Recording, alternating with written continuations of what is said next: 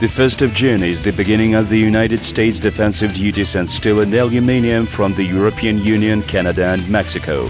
The beneficiary of the Evraz holding, Roman Abramovich, becomes a citizen of Israel, trying not to get on the US sanctions list. The main events in the metal market of the past week in the weekly review of Metal News. The program is supported by the Tech Energoprom Group.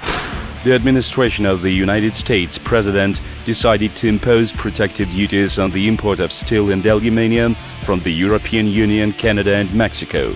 This was officially announced by the Minister of Trade of the country, Wilbur Ross. The new duties came into force at midnight on the 1st of June. Earlier this year, the United States imposed import duties 25% for steel and 10% for aluminium, which have already applied to products from China, Russia, Japan and other countries.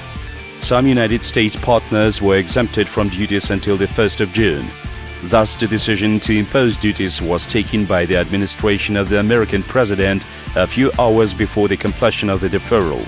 Donald Trump has decided not to extend the term for exemption from the new duties imported from Canada, Mexico and the European Union steel and aluminium, and therefore for steel introduced a 25% duty, for aluminium 10%, said Wilbur Ross.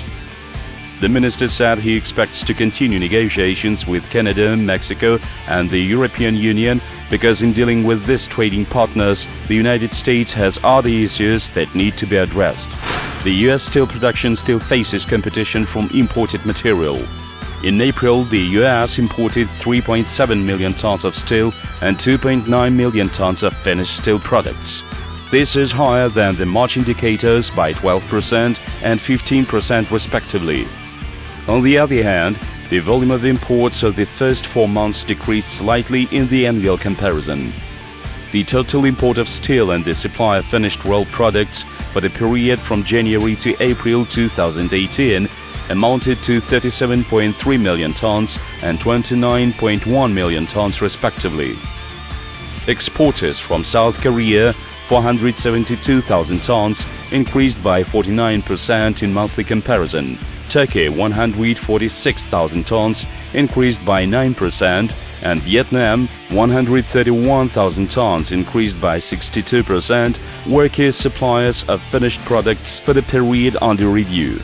The United States International Trade Commission launched the third revision of anti-dumping duties on rebars from Belarus, China, Indonesia, Latvia, Moldova, Poland and Ukraine. The revision is carried out to determine whether the cancellation of the duty will lead to the continuation or renewal of material damage to the domestic market. The verdict of the Commission of this case will be known on the 14th of August 2018. The duties were first imposed in 2001. The level of anti-dumping duties imposed by the United States Department of Commerce on the rebars is 114.53% for Belarus, 133% for PRC, 41.69% for Ukraine, 17.21% for Latvia, 232.86% for Moldova. The rebars for Indonesia and Poland fluctuate in the ranges of 60 to 71% and 47 to 52% respectively. Actual for the end of May, quotes of the rebars of 12-32 mm on the Kiev warehouse market are in the range of 19,900 – 20,000 hryvnias per ton. In the domestic market of Ukraine, there is a deficit of rebars. Importers receive rolled products, although they have a shortage of positions of 10 mm and 16 mm due to the imposed sanctions for the Moldavian metallurgical plant. The supplies of the rebars of these plants are in question. Despite the fact that ArcelorMittal Kryvyi Rih resumed production and shipment of rolled metal, market participants do not expect a rapid and significant improvement in the situation with the availability of rebars. Last week, AMKR rolled rebars 12 mm and 10 mm, but in a reduced volume. Part of the problem is the delay in delivery through other nodes of the Pridniprovskaya railway. The delivery time from Kryvyi Rih to Kiev has almost doubled to 10 days. In the coming week, no significant changes are expected in rebars prices. The price situation in the future will depend on the volume and timing of rolled products to the market. Warehouse quotes of shaped products have not changed. There is a steady demand for angle and channel. There is no excess supply in warehouses. In May, demand for galvanized steel in Ukraine increased. In the galvanizing segment of large thicknesses, there is a deficit. Mainly the positions are represented by expensive imported analogs. MetalNews SMC reduced the prices for galvanized rolling from MMC, Lich and Unistila in May production at 955 hryvnias per ton, including VAT. This was a protection for the market share from imports.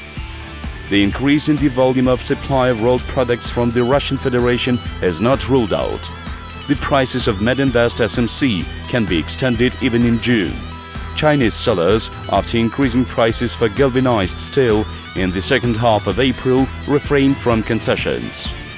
Rolling products 0.4–0.45 mm production June-July is available at $700–730 per ton. FOB part of China, while the fried grew to $50–55 per ton.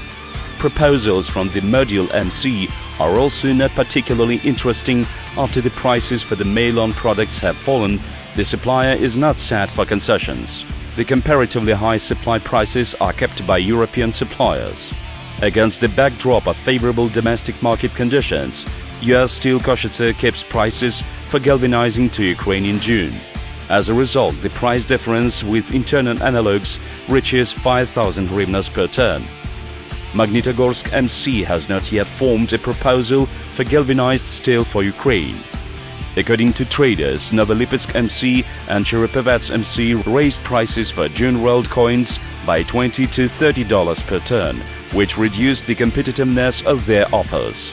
ArcelorMittal Temirtau refers to the high workload and does not offer June rolled products to Ukrainian traders.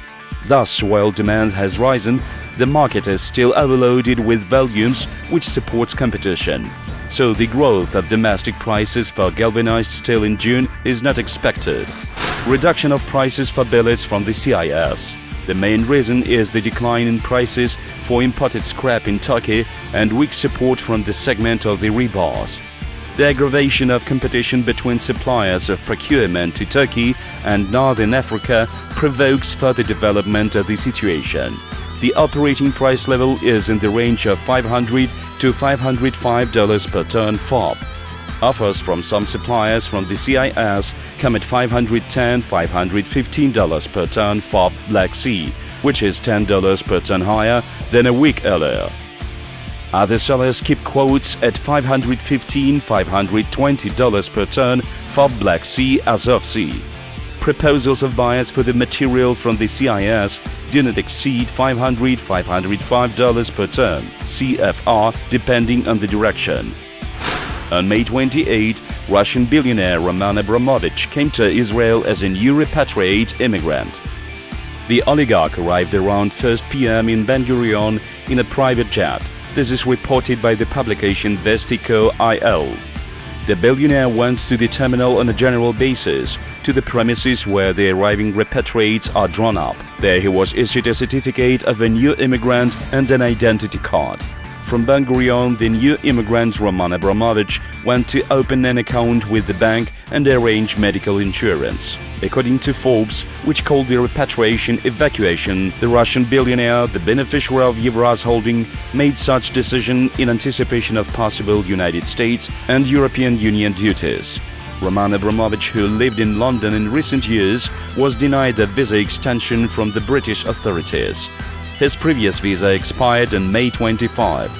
The refusal was followed by the tightening of immigration rules adopted by the British authorities against Russian entrepreneurs, against the backdrop of the case of poisoning the ex-colonel of the main directorate of the General Staff, Sergei Skripal. You are watching Metal News, review for the week. Indicative prices for the current positions by the end of the reporting week look like this.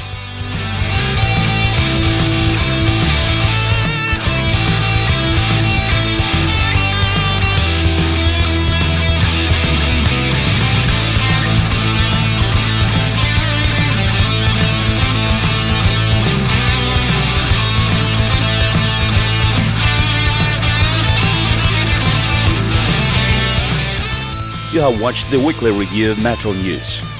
Your subscription to the channel and clicking on the bell will allow you to be aware of the main events of the total metal market every week.